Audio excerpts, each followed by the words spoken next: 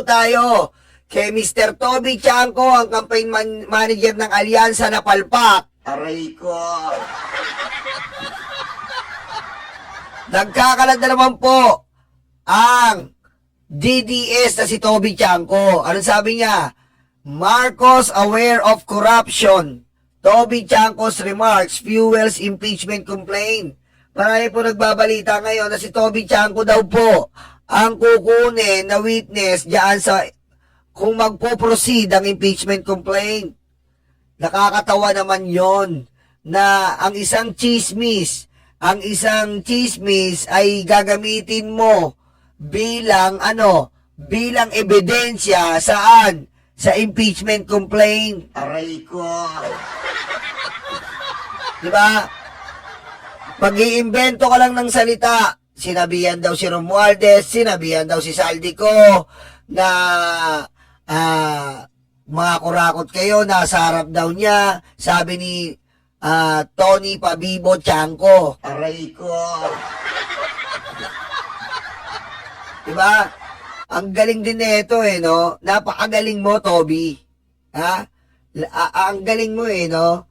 Pero yung sa sarili mong lugar, sa sarili niyang lugar, sa sarili niyang trabaho, napakagaling din. Wasak na wasak ang nabotas. Talagang nabotas. Anak ka ng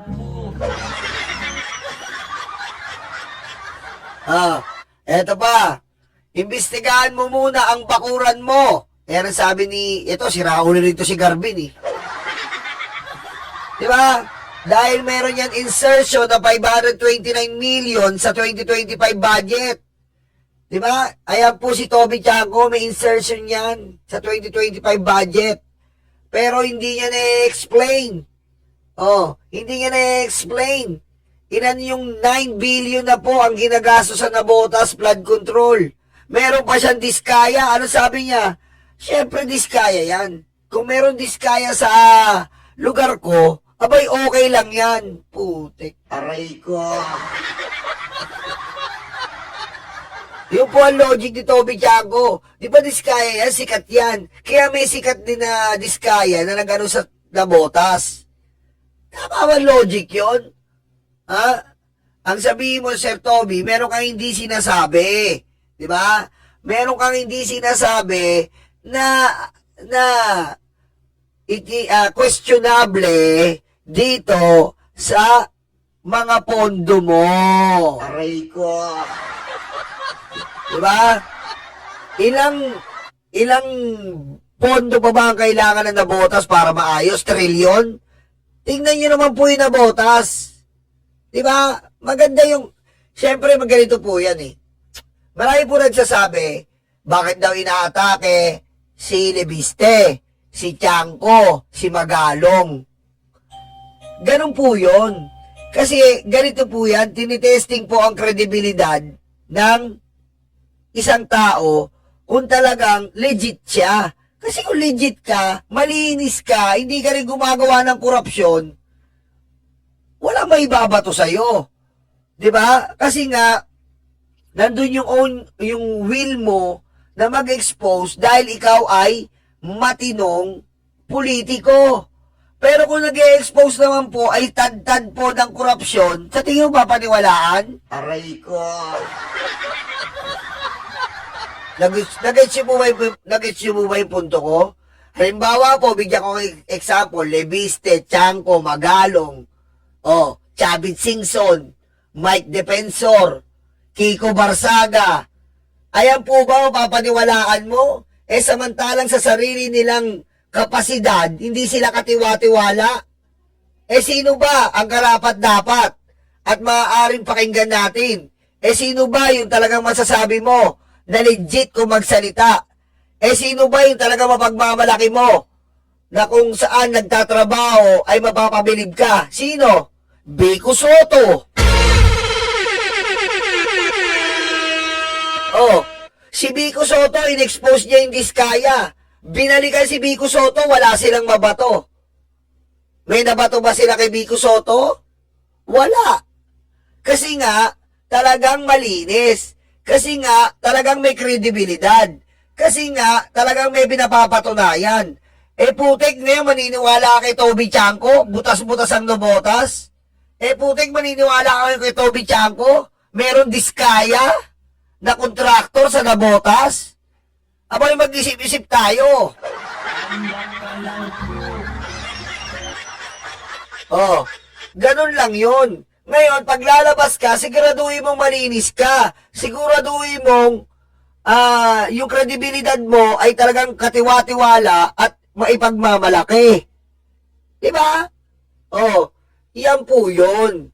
Kaya wag tayong kinukupan ng iba dyan na sasabihin nila, nakita ko si Bibi. Madali lang magkwento. Pero tatayo ba sa husgado? Tatayo ba yan sa impeachment trial? Malabo yan. Diba? Napakalabo niyan. Pag sinabi mong Toby Chanko, para pinaniniwalaan mo na lang si Amy sa mga invento ng baba niya.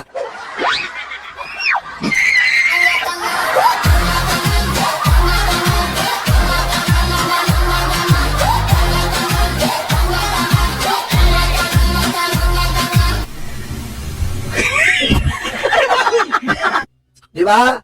O, dumako tayo dito. Ano masasabi ni Yusik Claire? Ma'am, good morning po. Can we get Malacanang's reaction to the third impeachment complaint against PBBM being based on Kong Toby Chanco's statement that PBBM castigated Kong Martin and Zaldico back in November 2024 for taking public fund, thereby serving as proof that the president knew what was happening. Ang exact words po ni Kong Toby ay, Martin, kayo ni Zaldi, ilang bahay pa ba gusto niyo sa Forbes Park? Gaano karaming helicopter at eroplano ang kailangan nyo? At gaano karaming caviar ang kaya nyong kainin? Your comment po. Wala pong naibibigay sa ating anumang mensahe ang Pangulo patungkol sa sinasabing pag-uusap nila ni Congressman Toby Tiangco. Pero noon pa man, alam na natin na ang Pangulo ay tutol sa korupsyon. Kaya nga po nagsimula ang pag-iimbestiga dahil naramdaman niya at nakikita niya kung paano ba inabuso ang pondo ng bayan. Ma'am, you're categorically denying that this conversation ever happened po. Wala po kasi binabanggit sa atin ng Pangulo patungkol po dyan. Oh, yun. Wala pong binabanggit ang Pangulo di ba? Siyempre, madali pong mag-akusa.